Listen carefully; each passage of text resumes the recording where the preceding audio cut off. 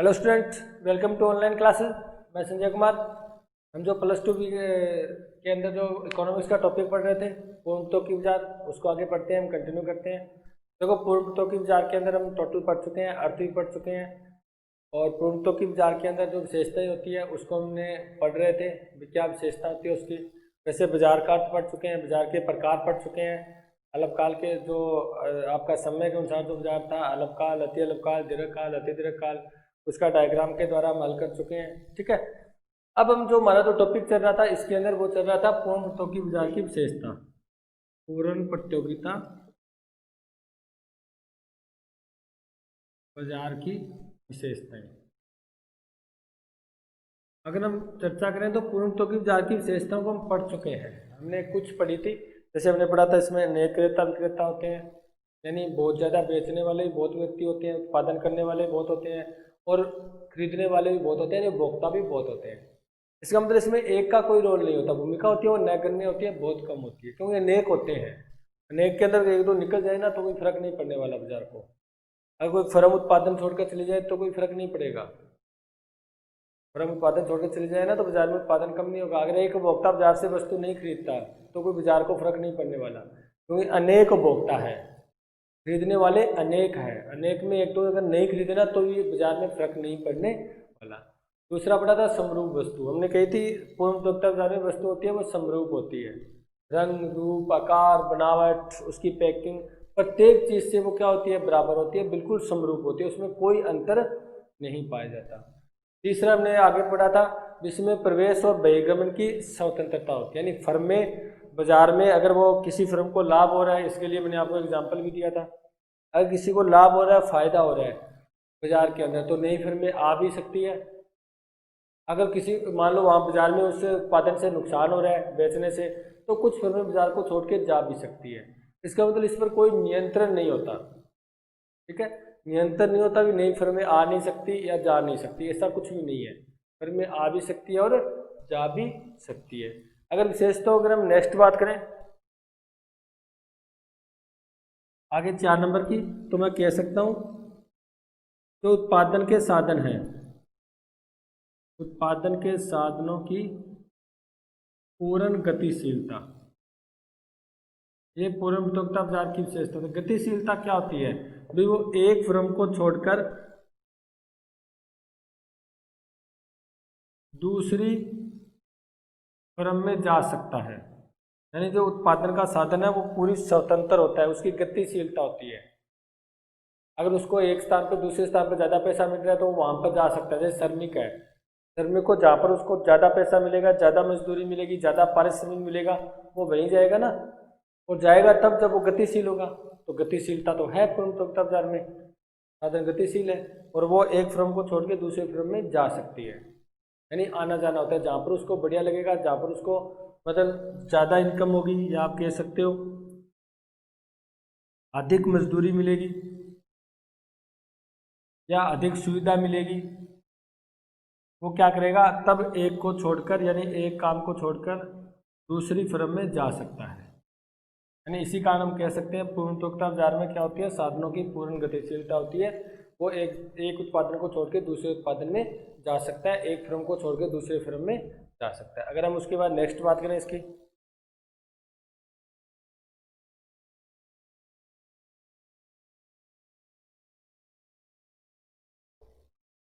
क्रेता व विक्रेताओं, क्रेताओं व विक्रेताओं को बाजार की पूर्ण जानकारी, ये ध्यान रखना भैया। तो चाहे वो खरीदने वाला है चाहे वो बेचने वाला है, उसको बाजार की पूर्ण जानकारी होती है, तो पूरा पता होता है बाजार में कितनी वस्तु बिकेगी, कौन सी कीमत पर है। उपभोक्ता को पता होता है कि ये वस्तु वो किस कीमत पर जाएगी। आपको पता है ना, जब भी हम घर से कोई हमारे से सामान मंगाता है, वस्तुएं मंगाते हैं, तो पहले से घर वाले पर्ची बना देते हैं कि आपको 2 किलो चीनी लानी है, वो 80 रुपये की आएगी। एक पाइयो जो भी एक बटा 4 जो किलो आपका जो चाय लेके आनी है, वो कहेगा जी आपको 150 रुपये या 200 या 250 रुपये आ जाएगी। वो क्या करेगा, ऐसे घर वाले टोटल बना के लास्ट में साफ कर देते हैं, ठीक है जी 500 रुपये बन गए, ये लो 500 रुपये। इसका मतलब उनको कीमत का पता है, उनको बाजार की जानकारी है भी कोई वस्तु है वो कितने में आने वाली है।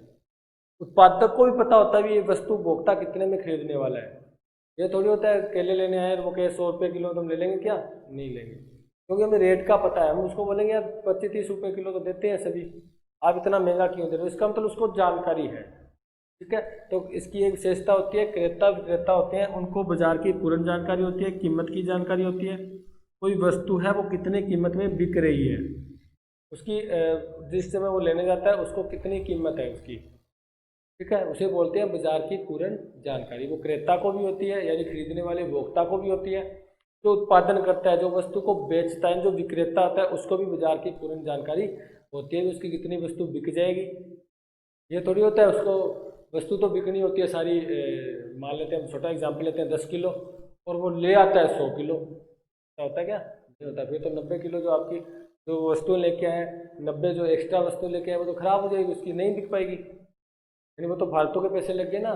ऐसा नहीं होता, उसको पता होता है कि आज के टाइम वर्तमान में उसकी कितनी वस्तु बिक जाएगी, क्योंकि उसको बाजार की पूर्ण जानकारी होती है कि बाजार में उसकी कितनी वस्तु बिकने वाली है।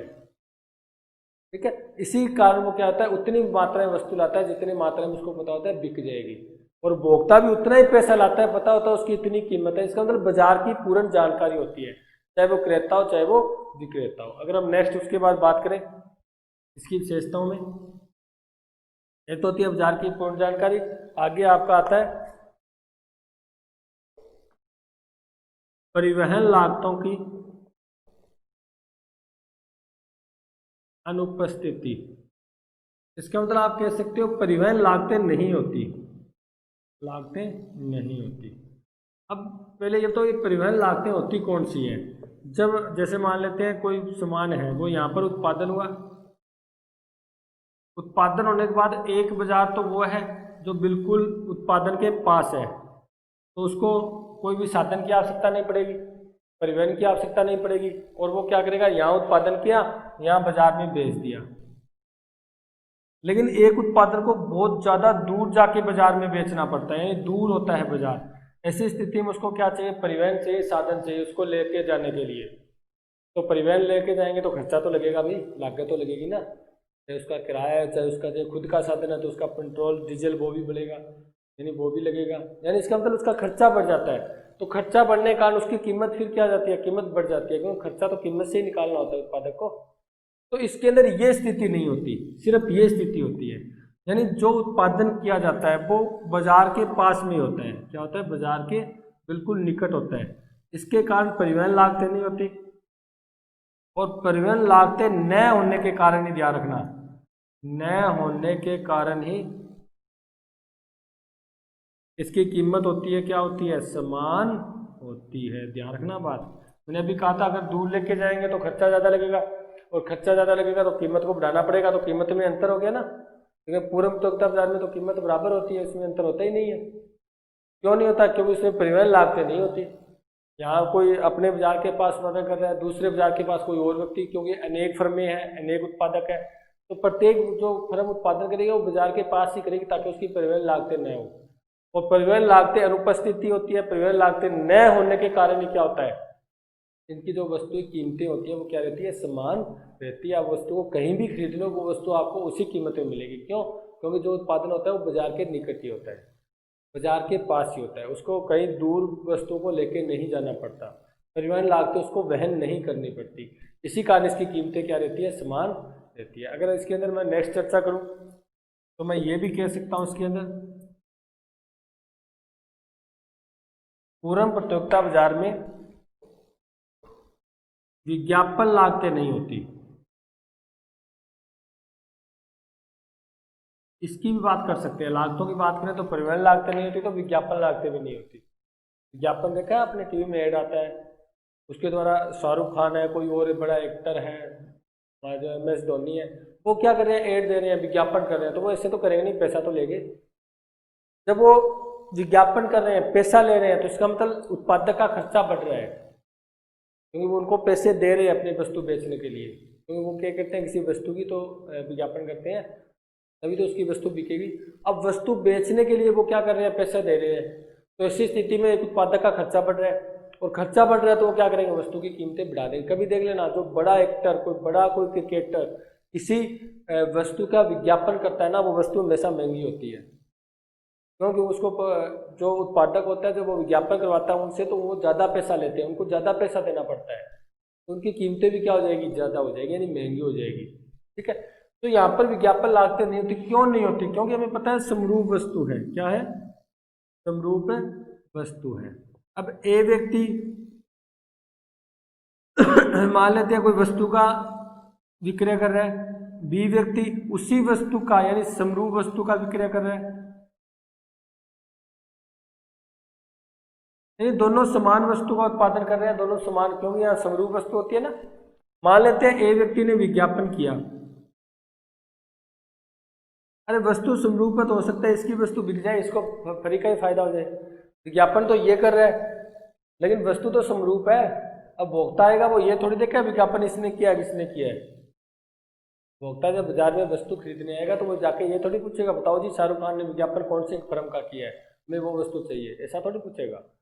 लेकिन उसको तो ये पता है भी वस्तु समरूप है, विज्ञापन हो रहा है, तो वो ए तो पैसा लगा रहा है विज्ञापन पर, बिक बी की जाएगी, तो ए को तो कोई फायदा ही नहीं हुआ ना।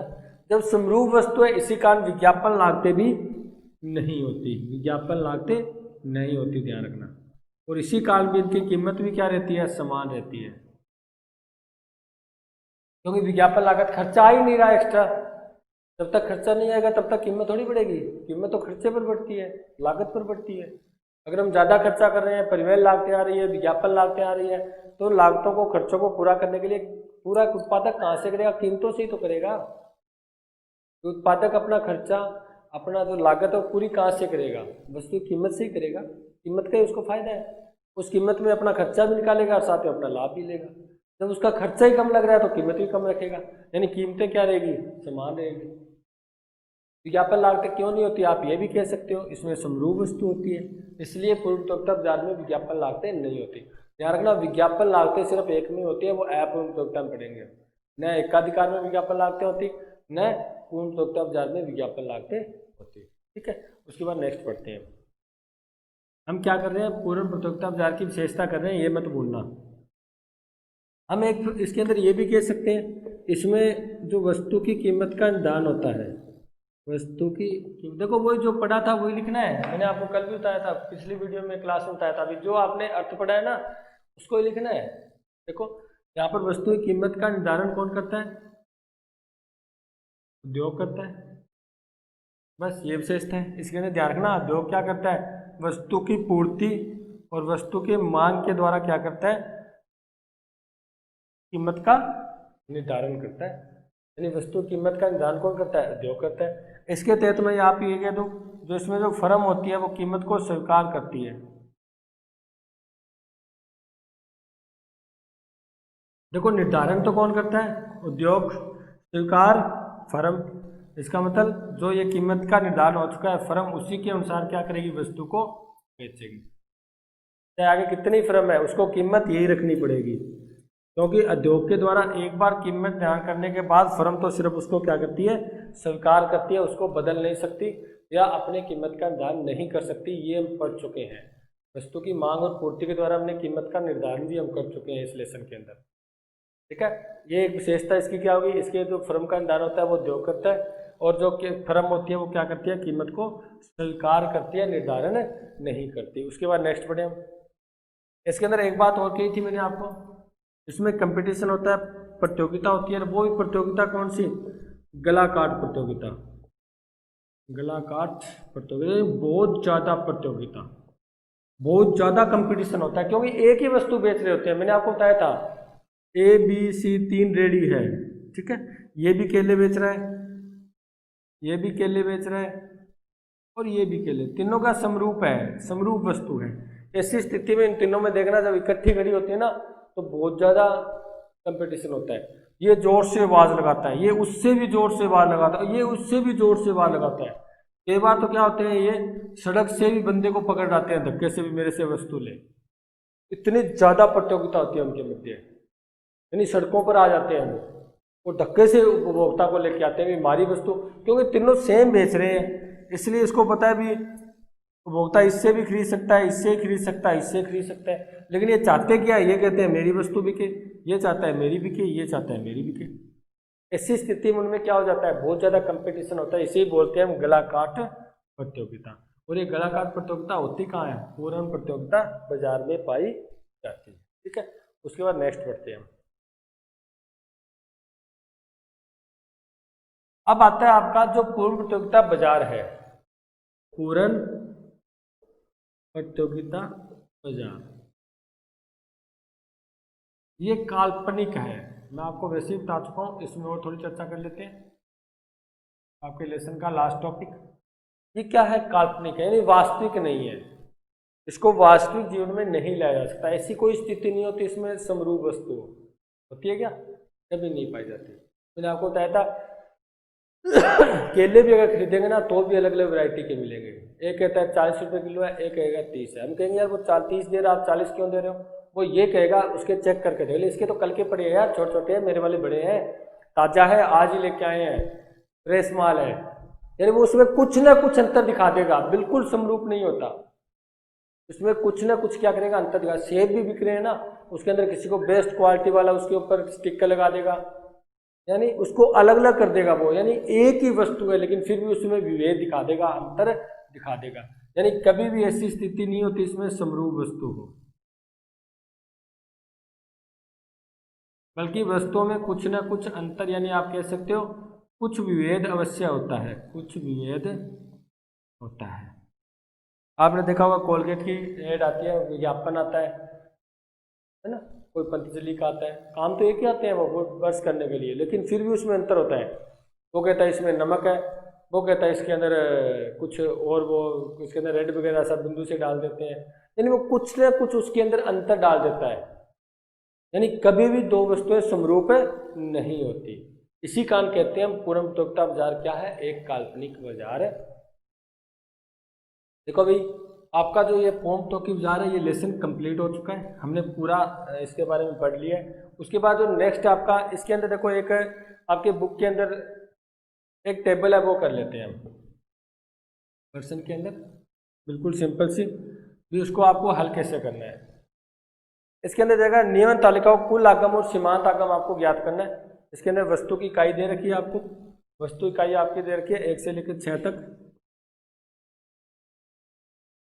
उसके बाद आपको दे रखा है औसतागम। और मेरे को ये बताओ, आपने जो पूर्ण प्रतियोगिता बाजार पढ़ा था उसके अंदर ज़्यादा सोचने की जरूरत ही नहीं है। औसतागम, सीमांतागम और कीमत तीनों क्या थे? बराबर थे।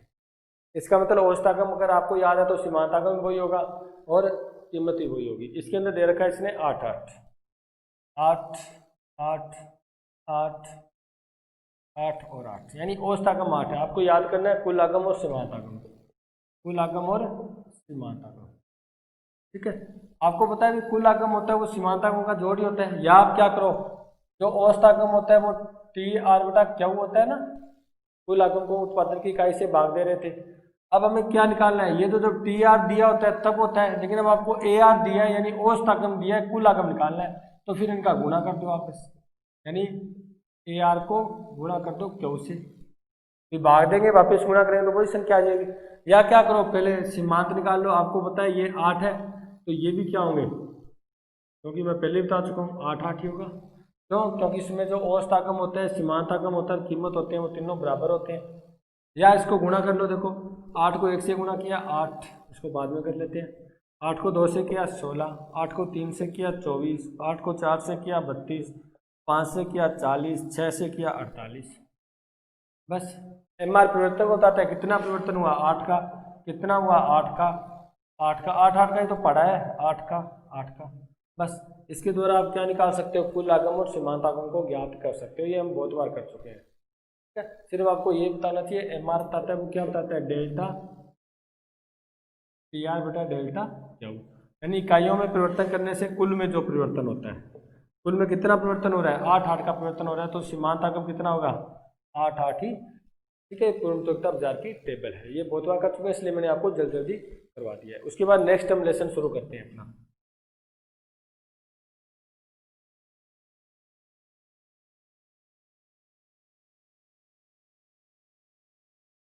देखो जो नेक्स्ट आपका लेसन है वो है अन्य बाजार के अन्य स्वरूप, अध्याय 12, बाजार के अन्य स्वरूप। ठीक है, अब देखो बाजार के अन्य स्वरूप की बात हो रही है, इसका मतलब हमने बाजार के प्रकार पढ़े थे। कौन कौन से प्रकार पढ़े थे? हमने पढ़ा था पूर्ण प्रतियोगिता बाजार,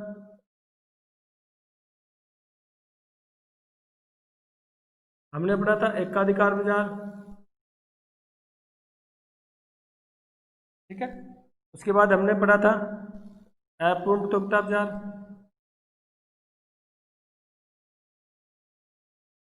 अपूर्ण में आगे पढ़ोगे तो आप आएगा अल्पाधिकार, आप पढ़ सकते हो द्विधिकार। यानी कहने का मतलब ये तो आप कंप्लीट कर चुके हो। पूर्ण प्रतियोगिता बाजार तो हम 11वें लेसन में कंप्लीट कर चुके हैं, उसकी विशेषता है, उसके अर्थ है, उसकी टोटली जो भी डायग्राम बनता है, उसका जो टेबल होती है, किस प्रकार कीमत का दाना, सब कुछ कर चुके हैं।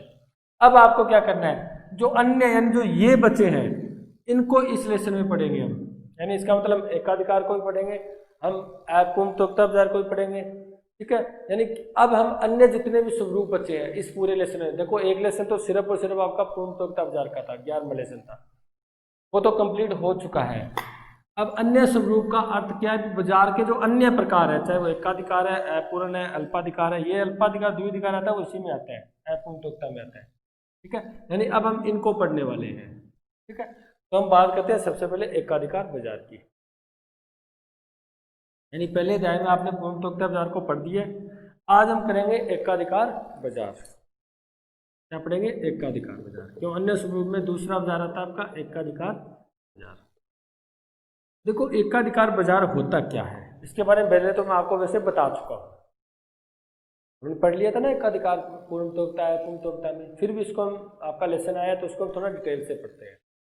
देखो एकाधिकार बाजार, इसके अंदर मैंने आपको कहा था बेचने वाले कितने होते हैं, ये क्या बेचने वाले कितने होते हैं इसकी बात करते हैं। मैं आपको पहले तीनों बाजार करवाएंगे, उसके बाद इसकी हम एक टेबल भी बनाएंगे, तीनों को इकट्ठी टेबल बनाएंगे, किस में ज़्यादा होता है, किस में नेक होता है, किस में उद्योग की में दान करता है, किस में फर्म करता है, यानी किस पे नियंत्रण होता है, किस में नियंत्रण नहीं होता, यानी सारा कुछ हम इकट्ठी टेबल बना देंगे। फिर आपको सिर्फ टेबल याद करनी है, पहले हम इनके बारे में सबके बाजार के बारे में पढ़ लेते हैं, टेबल फिर बनाएंगे।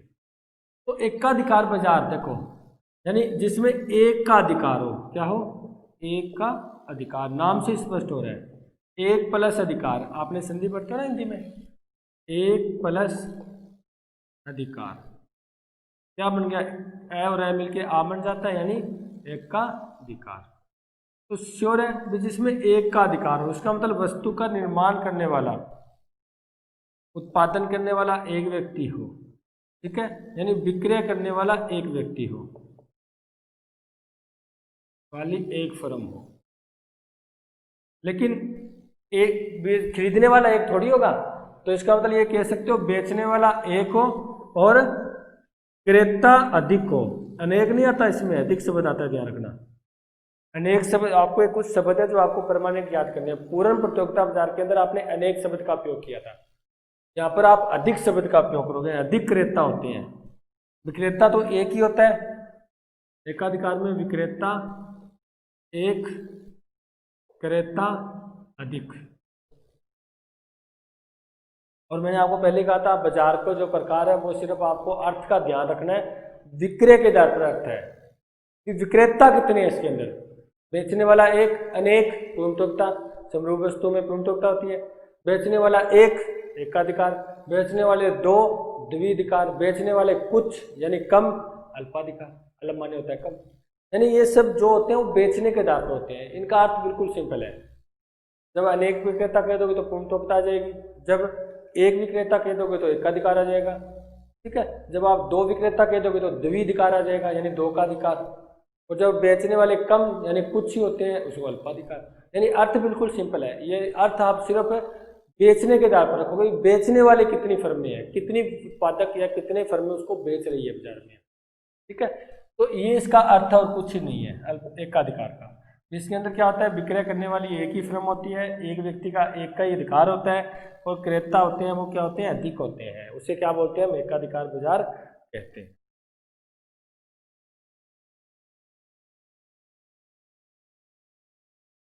इससे संबंधित आपके बुक में क्या है, कुछ परिभाषाएं दी गई है, उसको मैं बता देता हूँ आपको। ठीक है, क्या परिभाषा है? सबसे पहले आपका है स्टोनियर एवं हेग के अनुसार। स्टोनियर एवं हेग के अनुसार देखो, आपको सिर्फ नाम थोड़ा बहुत याद रखना है। जब हमें पता है भी एकाधिकार में एक का अधिकार होता है, एकाधिकार में क्या होता है, एक फर्म का अधिकार होता है। सिर्फ वही फर्म क्या करती है, उत्पादन करती है और बाजार में उसको बेचती है,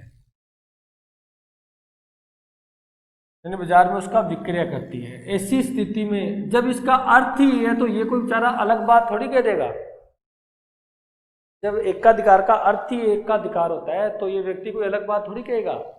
ये थोड़ी कह देगा बहुत का अधिकार, तीन का अधिकार, चार का अधिकार। क्योंकि ये जब परिभाषा ही एकाधिकार की दे रहा है, इसका मतलब ये अपनी बात ये कहेगा भी जिसमें एक का अधिकार हो या एक फर्म उत्पादन करती हो और वही फर्म विक्रय करती हो, या आप कह सकते हो इससे संबंधित न तो कोई समरूप वस्तु हो, न तो समरूप वस्तु हो और न ही प्रतिस्थापन वस्तु हो।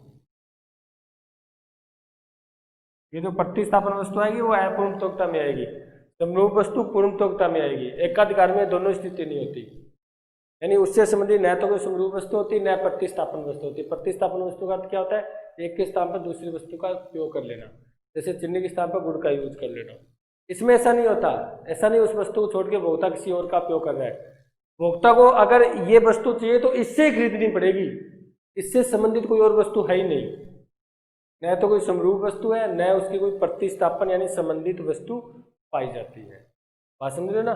तो ये एकाधिकार बाजार है। मैं कह रहा हूँ, कहने का मतलब क्या होता है, इसकी परिभाषा में आप यही लिखोगे, एकाधिकार बाजार वह होता है जिसमें एक का अधिकार होता है, एक ही फर्म उत्पादन करने वाली होती है, कोई बाजार में बेचने वाली होती है, वही कीमत का निर्धारण करती है।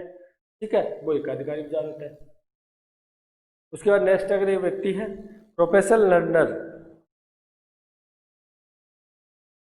प्रोफेसर लर्नर की बात करते हैं। प्रोफेसर लर्नर क्या कहते हैं? देखो, आपने जब बाजार पढ़े थे एकाधिकार पूर्णत्वकता, ठीक है, उसके अंदर हमने डायग्राम बनाया था, अगर आपको याद हो तो। इसके अंदर कुल आगम सीमांत आगम की बात कही थी। हमने पढ़ा था कुल आगम ये होता है जो मांग के बराबर होता है, सीमांत आगम ये होता है।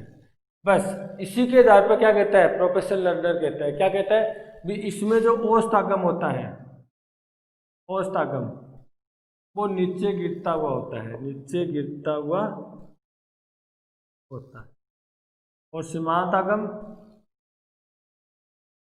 औसत आगम से औसत आगम के नीचे स्थित होता है।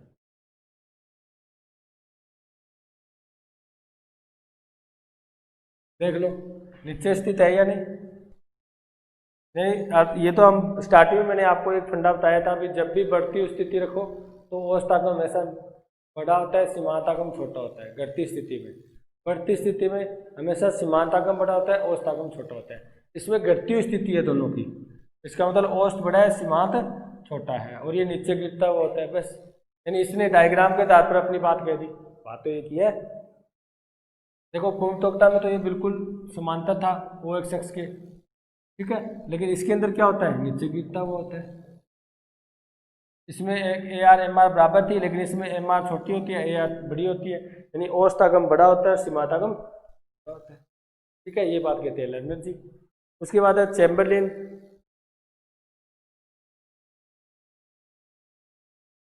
तीसरा आपका कौन आता है, चैम्बरलेन। इन्होंने भी कुछ बात की थी भाई। देखो हम क्या कहते हैं, हमने बात की थी एकाधिकार की, हम एकाधिकार बाजार पढ़ रहे हैं अभी, ये ध्यान रखना, एकाधिकार बाजार पढ़ रहे हैं। अब एकाधिकार के अंदर क्या होता है, एक ही फर्म होती है जो वस्तु का विक्रय करती है, उसको बेचती है। ये बात चैम्बरलेन कहते हैं। कि एक ने तो अर्थ के आधार पर परिभाषा दे दी, एक ने डायग्राम के आधार पर दे दी, इसने इसके आधार पर दे दी। ये कह देगा भाई एकाधिकार बाजार वह बाजार होता है, एकाधिकार बाजार वह बाजार होता है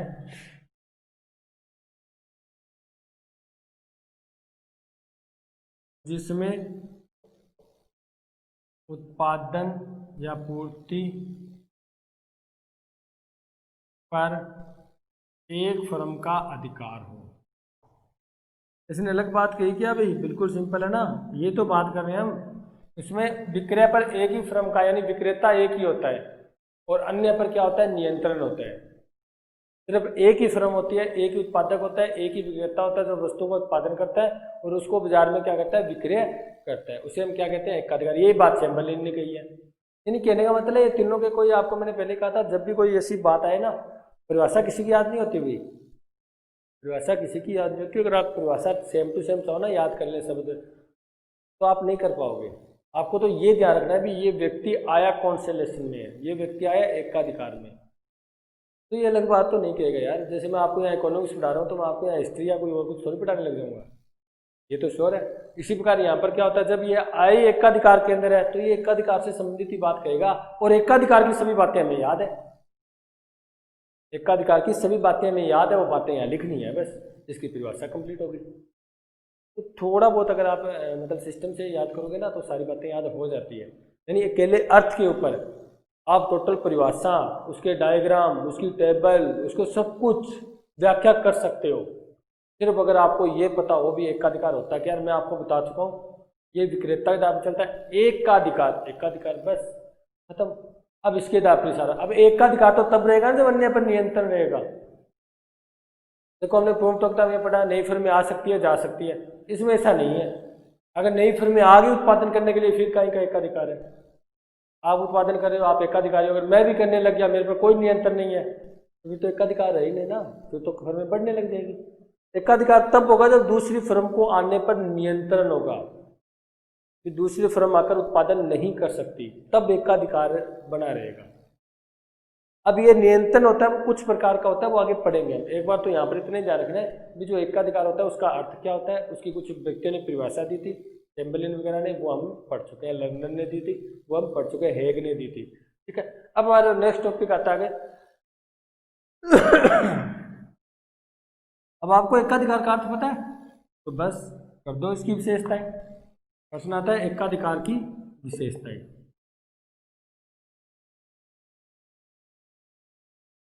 क्या आता है? एकाधिकार की विशेषताओं के बारे में आपको पढ़ना है। देखो बिल्कुल सिंपल है। पहली विशेषता तो वही होगी कि विक्रय करने वाला एक व्यक्ति होता है, यानी एक फर्म होती है। ठीक है, इसमें ये भी बना सकते हो, एक फर्म का एकाधिकार होता है। मैं एक बार लिख देता हूँ, फिर इसको थोड़ा और स्पष्ट कर लेंगे। एकाधिकार होता है, ठीक है।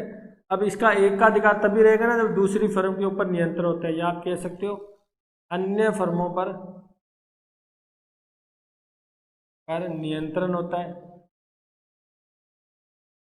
उसके आधार पर ये भी कह सकते हो समरूप या प्रतिस्थापन वस्तुओं का निर्माण नहीं होता। अगर ऐसा हो गया फिर तो एकाधिकार समाप्त हो जाएगा। ठीक है, आप ये कह सकते हो इसमें फर्म व उद्योग, फर्म व उद्योग का अंतर समाप्त हो जाता है, अंतर समाप्त हो जाता है। कैसे होता है? क्योंकि जब फर्म ही एक है तो वही उद्योग है, वही फर्म है। उत्पादन करने वाला एक है, उसी को उद्योग बोल दो, उसको ही फर्म बोल दो। पहले तो क्या थी, अनेक फर्में थी, तब उसको उद्योग बोल रहे थे। उद्योग एक था, फर्में अनेक थी, लेकिन यहाँ पर क्या है, यहाँ पर तो एक ही फर्म है, उसको फर्म कह दो, उसको उद्योग कह दो, अंतर समाप्त हो जाता है। इसका मतलब इसके अंदर होता क्या है, इसमें कीमत का निर्धारण कौन करती है? कीमत का निर्धारण पूर्णतोक्ता में तो उद्योग करता था, इसमें कौन करेगी? वो खुद फर्म करेगी। खुद क्या करेगी? क्योंकि एकाधिकारी है तो कीमत का निर्धारण तो करेगी। इसके अंदर मैंने आपको एक बात भी बताई थी, एकाधिकार की जो लाइन में यहाँ लिख देता हूँ। एक बार मैंने ये कहा था भी जो एक एकाधिकारी फर्म होती है, एकाधिकारी फर्म, एकाधिकारी जो फर्म होती है वो वस्तु की कीमत व मात्रा, यानी वस्तु की मात्रा को एक साथ निर्धारित नहीं कर सकती, नहीं कर सकती। इसका अर्थ क्या हुआ? इसका अर्थ हुआ, मान लेते हैं उसने कीमत को कम कर दिया। अरे मात्रा तो उपभोक्ता करेगा, फर्म थोड़ी करेगी, फर्म थोड़ी करेगी। इतनी वस्तु लेके जा, तो हम जाए उसके पास, वो धक्के से थोड़ी दे देगा हमें वस्तु। इतनी वस्तु तो तेरे को खरीदनी पड़ेगी। अरे वो तो उपभोक्ता निर्धारित करेगा ना उसको कितनी वस्तु खरीदनी है। इसका मतलब ये कीमत को कम ज़्यादा कर सकता है, कम या अधिक कर सकता है, लेकिन मात्रा को वो कम ज़्यादा नहीं कर सकता, वो तो उपभोक्ता पर डिपेंड करता है। इसीलिए वो दोनों को एक साथ निर्धारित नहीं कर सकता। उसके हाथ में सिर्फ एक ही होता है, दूसरा हाथ तो उपभोक्ता के पास होता है। उपभोक्ता चाहे तो वस्तु खरीदेगा, नहीं खरीदेगा, अधिक खरीदे कम खरीदे वो तो उस पर डिपेंड करता है। कोई धक्के से थोड़ी दे देगा उसको भी ये वस्तु इतनी खरीदनी है। कोई देता है दुकानदार? क्या जब दुकानदार सामान ले जाते हैं वो धक्के से थोड़ी पल्ले बांध देता है हमारे, जो आपको इतनी वस्तु तो लेके ही जानी पड़ेगी। इसका मतलब क्या हुआ, ये दोनों को एक साथ निर्धारित नहीं कर सकता, वो सिर्फ कीमत का निर्धारण कर सकता है, मात्रा तो उपभोक्ता का निर्धारण करेगा। यानी सातवीं विशेषता आप यहाँ ये कर सकते हो कि वो दोनों को एक साथ निर्धारित है नहीं कर सकता। यदि हम नेक्स्ट बात करें वो चैम्बरलिन वाली उसकी लर्नर वाली, इसके अंदर तो औसताकम होता है। औसताकम वो क्या होता है, नीचे गिरता हुआ होता है, नीचे गिरता हुआ होता है। औसताकम क्या होता है, नीचे गिरता हुआ होता है, ठीक है। उसके अलावा और भी क्या कर सकते हो, उसके अंदर नियंत्रण होता है, बस, ठीक है। ये एकाधिकार की विशेषता, देखो कितनी सिंपल विशेषता है। सिर्फ अर्थ पढ़ा था, अर्थ के आधार पर हमने विशेषता भी कंप्लीट कर दी, कोई ज़्यादा बड़ा मैटर ही नहीं है, ठीक है। उसके बाद आपका जो नेक्स्ट टॉपिक आता है वो आता है एकाधिकार के स्रोत।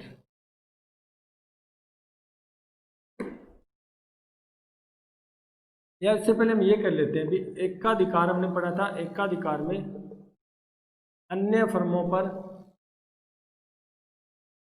नियंत्रण होता है, ये विशेषता पढ़ी थी ना। अब ये नियंत्रण होता कैसे है, इसका मतलब ये है भी नई फर्में आ नहीं सकती, तो ये नियंत्रण होता है। अगर नई फर्में आ गई फिर तो एकाधिकार रहेगा नहीं, एकाधिकार समाप्त हो जाएगा, क्योंकि एक से ज़्यादा फर्में हो जाएंगी, तो इसका मतलब एकाधिकार समाप्त हो जाएगा, ठीक है। तो एकाधिकार अगर वो बना रहना चाहता है तो वो उन अन्य फर्मों पर नियंत्रण की स्थिति होती है, क्योंकि अन्य फर्मों पर रुकावट होती है, वो बाजार में नहीं आ सकती।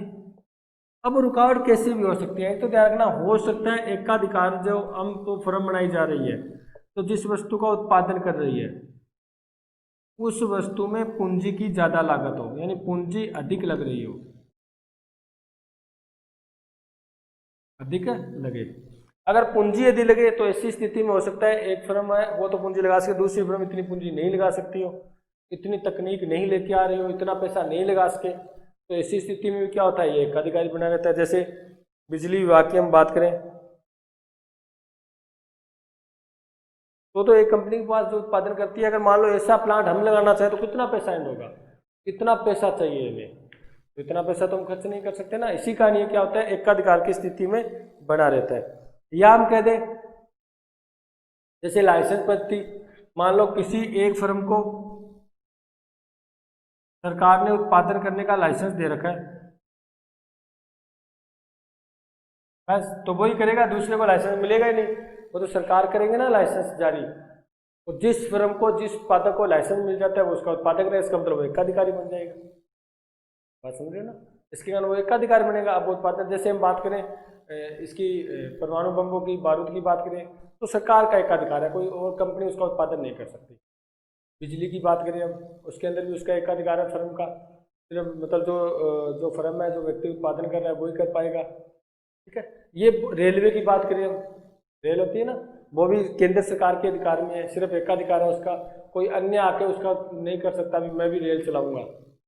मैं जैसे परिवहन के अंदर तो कोई भी साधन ले आता है ना अपना, प्राइवेट साधन ला के वो सड़क पर चला सकता है, लेकिन ऐसा ना हो आप कह दो जी नहीं जी लाइनें बनी है, मैं तो आप अपनी रेल लेके आऊँगा, इसके ऊपर चलाऊंगा, जैसे सड़कों पर साधन चलते हैं वैसे लाइनों पर मैं भी चलाऊंगा, चला लोगे क्या, नहीं चला पाओगे, क्योंकि उसका एकाधिकार है, सरकार का, गवर्नमेंट का एकाधिकार है, ठीक है। सिर्फ वो ही क्या कर सकती है, उसका उत्पादन कर सकती है, उसको चला सकती है, कोई अन्य व्यक्ति नहीं चला सकता, ठीक है। इसे बोलते हैं हम एकाधिकार। और एकाधिकार के ये कुछ कारण होते हैं, चाहे उसके अंदर ये कह सकते हो पूंजी अधिक लगे, इसके कारण भी होता है, या आप कह सकते हो लाइसेंस के अंदर पेटेंट व्यवस्था होती है, सरकार किसी एक फर्म को लाइसेंस दे देती है उत्पादन करने का, सिर्फ उस वस्तु का वो उत्पादन कर सकती है, अन्य वस्तु का उत्पादन नहीं कर सकते, इसी कारण उस पर क्या रहता है, नियंत्रण रहता है। उसके बाद नेक्स्ट बढ़ते हैं।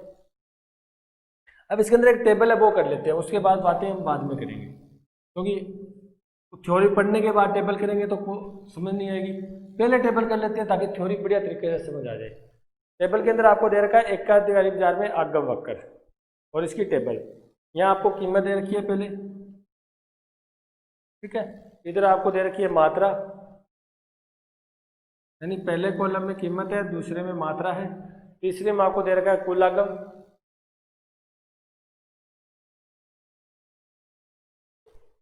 और चौथे में आपको दे रखा है सीमांत आगम।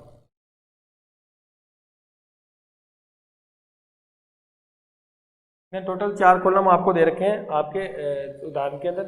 इसमें दे रखा है 9 से लेकर 1 तक, यानी 9, 8, 7, 6, 5, 4, 3, 2 और 1, ये इसकी कीमत है। मात्रा ये 9 पर 0, 8 पर 1, क्योंकि हो सकता है 9 कीमत और उपभोक्ता वस्तु खरीदी ने ज़्यादा कीमत हो। तो मैंने आपको पहले ही कहा था कि कीमत और मात्रा में जो एक एकाधिकारी होता है सिर्फ एक को दान कर सकता है, कीमत को दान कर सकता है वो। अगर कीमत को कम करेगा तो उपभोक्ता 1 खरीद लेगा, और कम करेगा तो 2। ये तो उपभोक्ता पर डिपेंड करता है ना। और 8 ये इसकी मात्रा है। देखो आपने पूर्णतोक्ता में पढ़ा था, पूर्णतोक्ता में क्या होती है, कीमत समान रहती है प्रत्येक इकाई में। यहाँ पर कीमत देखो परिवर्तन हो रही है, कीमत क्या हो रही है, परिवर्तन। हम कुल आगम की बात करें, इसका इससे गुणा होता है 0। तो जब वस्तु बिकी नहीं, उपभोक्ता ने खरीदी नहीं, तो कीमत चाहे कितनी हो, कुल आगम मिला कहाँ है। कुल आगम तो वो होता है जब वस्तु बेचने के बाद जो हमें प्राप्त होता है। यहाँ पर तो वस्तु बिकी नहीं मात्रा, तो कुल आगम भी क्या होगा, 0 होगा। 8 को 1 से गुणा किया, क्योंकि कुल आगम निकलता है P गुणा Q, कीमत को मात्रा से गुणा। 8 को 1 से किया 8, 7 को 2 से किया 14, 6 को 3 से किया 18, 5 को 4 से किया 20, 4 को 5 से किया 20, 3 को 6 से किया 18, 2 को 7 से किया 14, 1 को 8 से किया। यानी पहले ये कुल आगम बढ़ता है, एक बिंदु के बाद स्थिर होता है, फिर घटना शुरू हो जाता है, ठीक है। उसके बाद नेक्स्ट बढ़ते हैं। सीमांत आगम क्या होता है, सीमांत आगम होता है डेल्टा TR बटा डेल्टा Q, यानी उत्पादन की इकाई में परिवर्तन, विक्रय की, उत्पादन की विक्रय की इकाई में परिवर्तन करने पर कुल आगम में जो परिवर्तन होता है उसे हम क्या बोलते हैं, सीमांत आगम बोलते हैं। जैसे हमने इकाई परिवर्तन की, देखो मैं 0 था, इकाई परिवर्तन की तो 0 से 8 हो गया, यानी 8 का परिवर्तन हुआ। फिर एक इकाई परिवर्तन की, ये 1 से 2 किया तो कितने परिवर्तन हुआ, 8 में 6 जुड़े, कितने हो गया, 8 अच्छा 14। फिर कितने का हुआ, 4 का, उसके बाद 2 का, उसके बाद 0 का, यानी 20 से 20 ही रह गया, 18 माइनस 2 का, 14 माइनस 4 का, 8 माइनस 6 का। ये परिवर्तन हो गया ना। जो परिवर्तन था वो हमने सीमांत आगम में लिख दिया, और जो परिवर्तन लिख दिया वो सीमांत आगम का कॉलम तैयार हो गया। अब इसको ध्यान से देखो कि उत्पादक सिर्फ कीमत को दान कर सकता है, मात्रा को नहीं कर सकता। ये लाइन हम लिख चुके हैं भाई, उत्पादक दोनों को एक साथ निर्धारित नहीं कर सकता। वो कीमत को कम करके मात्रा ज़्यादा बेच सकता है, तो कीमत कम करता जाएगा, मात्रा बढ़ती जाएगी, ठीक है। कुल आगम होता है वो P गुणा Q होता है, यानी पहले ये बढ़ता है, एक बिंदु के बाद स्थिर होता है, फिर घटना शुरू हो जाता है। सीमांत आगम सिर्फ घटता ही है, घटता घटता एक बिंदु पर 0 होगा, फिर क्या हो जाएगा, ऋणात्मक हो जाएगा। जहाँ पर ये 0 होता है वहाँ पर कुल आगम क्या होता है, अधिकतम होता है। इन बातों को हम कर चुके हैं। अब इसका बना लेते हैं डायग्राम। ये तो जुड़ती नहीं, यहाँ पर डायग्राम बना लेते हैं, उतना ही देख लेते हैं बस।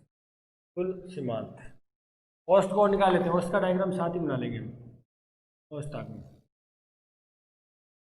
औसत आगम क्या था भी, औसत आगम ये था भी, जो TR बटा क्या हुआ होता है, यानी कुल आगम को उत्पादन की मात्रा से भाग ही तो देना है। पहले 0 को भाग दिया, 8 को 1 से भाग दिया, 8, 8 14 2 से भाग दिया, 7 दूनी 14, 18 को 3 से भाग दिया, 6 3 18, 20 को कितना आ गया, 5 से भाग दिया, 5 आ गया ना, 1 2 3 4 5, 5 चौके 20। फिर 20 को 6 से भाग दिया तो कितना आएगा भाई, गलत कर दिया गया, ये 0 आ गया। हम इकाई लिख ही लेते हैं यहाँ पर, 1 2 3 4 5 6 7 8, के अंदर एक 0 थी, 8 तक। इसको इससे दिया 0 आ गया, ठीक है। 8 को 1 से दिया 8, 14 को 2 से दिया 7, 18 को 3 से दिया 6, 20 को 4 से दिया 5, 5 को 4 से दिया 4, 6 को 3 से दिया 6 दिया 18, 7 को 14 दिया, 14 को 7 से दिया 7 दूनी 14, और ये 8 एकम।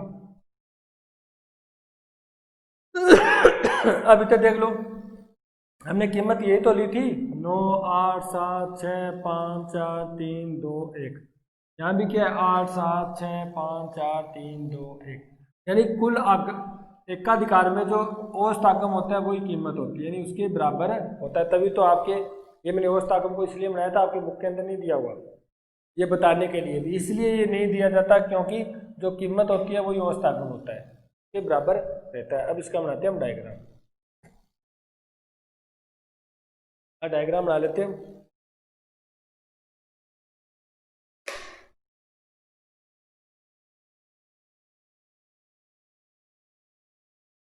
यहाँ आप लेंगे कुल आगम, औसत आगम, सीमांत आगम। यहाँ लेंगे उत्पादन की इकाइयाँ, या तो आप तीनों ले लोगे, कुल, सीमांत और औसत, यहाँ उत्पादन की इकाइयाँ।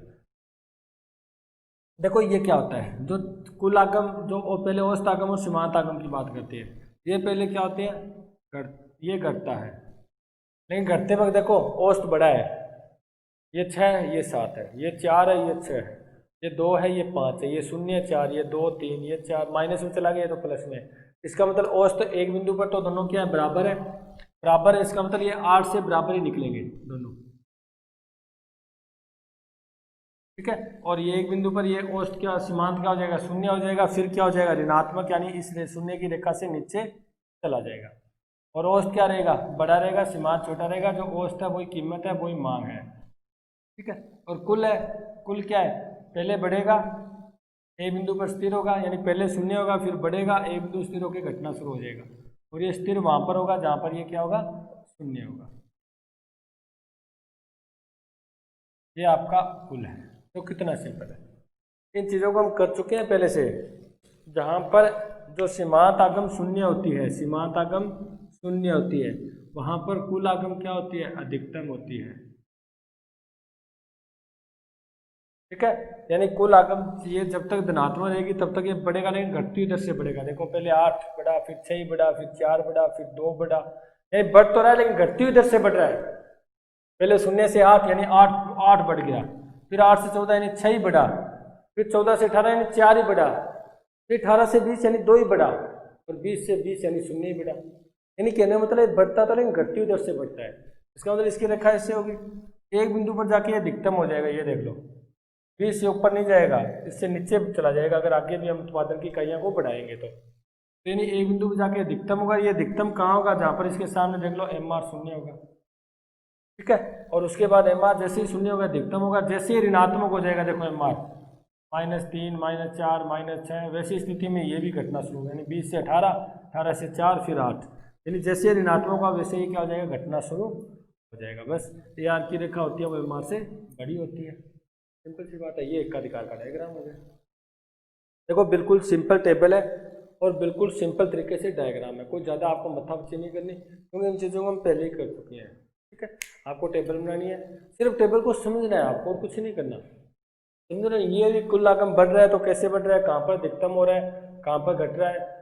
सीमांत आगम है वो घट रही है, औसत भी घट रही है, ऐसी बात नहीं है, औसत भी कम हो रही है, लेकिन सीमांत से कम मात्रा में, यानी औसत बड़ी होगी, सीमांत कम होगी।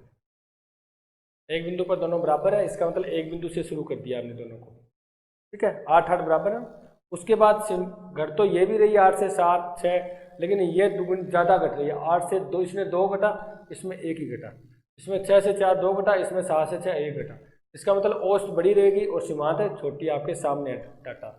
इस डाटा आंकड़े देख लो, औसत बड़ी है और सीमांत छोटी है, बस। इसका मतलब औसत की रेखा ऊपर बनेगी, सीमांत की रेखा नीचे बनेगी, इतना ही आपको ध्यान रखना है। तो जैसे आपने ये टेबल समझ लिया तो आपको यहाँ पर ये आंकड़े दिए ना, ये जो पैमाना वगैरह लेने की जरूरत नहीं है। आप आसानी से क्या कर सकते हो, डायग्राम आपको ध्यान ये रखना है, इसका अधिकतम बिंदु यहाँ पर 0 पर लेके आना है, इसके सीध का बनाना है, बिल्कुल पहले ही निशान लगा लिया करो। फिर जहाँ पर MR 0 होगी वही कुल आगम क्या होगी, अधिकतम होगा। ये होता है एकाधिकार, ठीक है डियर स्टूडेंट। एकाधिकार के अंदर हम पढ़ चुके हैं, एकाधिकार का अर्थ पढ़ चुके हैं। एकाधिकार की देखो अर्थ पढ़ लिया तो विशेषता भी याद हो गई, और एक लाइन मेन आपको बताई थी भी, एकाधिकार होता है वो फर्म, एकाधिकार जो फर्म होती है वो कीमत और मात्रा को एक साथ निर्धारित नहीं कर सकती। वो कीमत को कम कर सकती है लेकिन वस्तु खरीदने पर डिपेंड तो उपभोक्ता पर करता है। तो कीमत कम करेगी तो उपभोक्ता ज़्यादा खरीद लेगा, कीमत बढ़ाएगी तो उपभोक्ता कम खरीद लेगा। नहीं, एक तो फर्म निर्धारित करती है, एक उपभोक्ता करता है। इसका मतलब दोनों को वो एक साथ निर्धारित नहीं कर सकती। ऐसा नहीं करती कीमत भी बढ़ा दे और वस्तु की मात्रा ही अधिक बेच दे, ऐसा नहीं होता। वो तो उपभोक्ता पर डिपेंड करेगा, कीमत बढ़ गई तो वो कम खरीदेगा। ऐसा भी नहीं कीमत घटा दे और वो वस्तु कम बेचे, वो तो उपभोक्ता पर डिपेंड करता है, कीमत घटने में ज़्यादा बेच खरीदेगा। ठीक है, तो कहने मतलब ये दोनों को एक साथ निर्धारित नहीं कर सकती। कुछ बातें जो आपको ध्यान में रखनी। ठीक है डियर स्टूडेंट, यहाँ तक हमने एकाधिकार के बारे में पढ़ा, आगे भी पढ़ेंगे एकाधिकार के बारे में कुछ और बातें हैं वो हम नेक्स्ट क्लास में करेंगे। यहाँ तक इतना ही पढ़ना है भी आपको, इसको ध्यान से नोट्स बना लिया करो। ये थोड़ा डायग्राम या टेबल बनानी सीख जाओ, और कुछ भी नहीं है। अर्थ सीखने के बाद ये टेबल बनानी सीख जाओ आप। ठीक है, इस टेबल को समझना सीख जाओ कि कैसे समझ जाता है, और डायग्राम तो अपने आप ही बन जाएगा। ठीक है, मिलते हैं नेक्स्ट क्लास में। Thank you.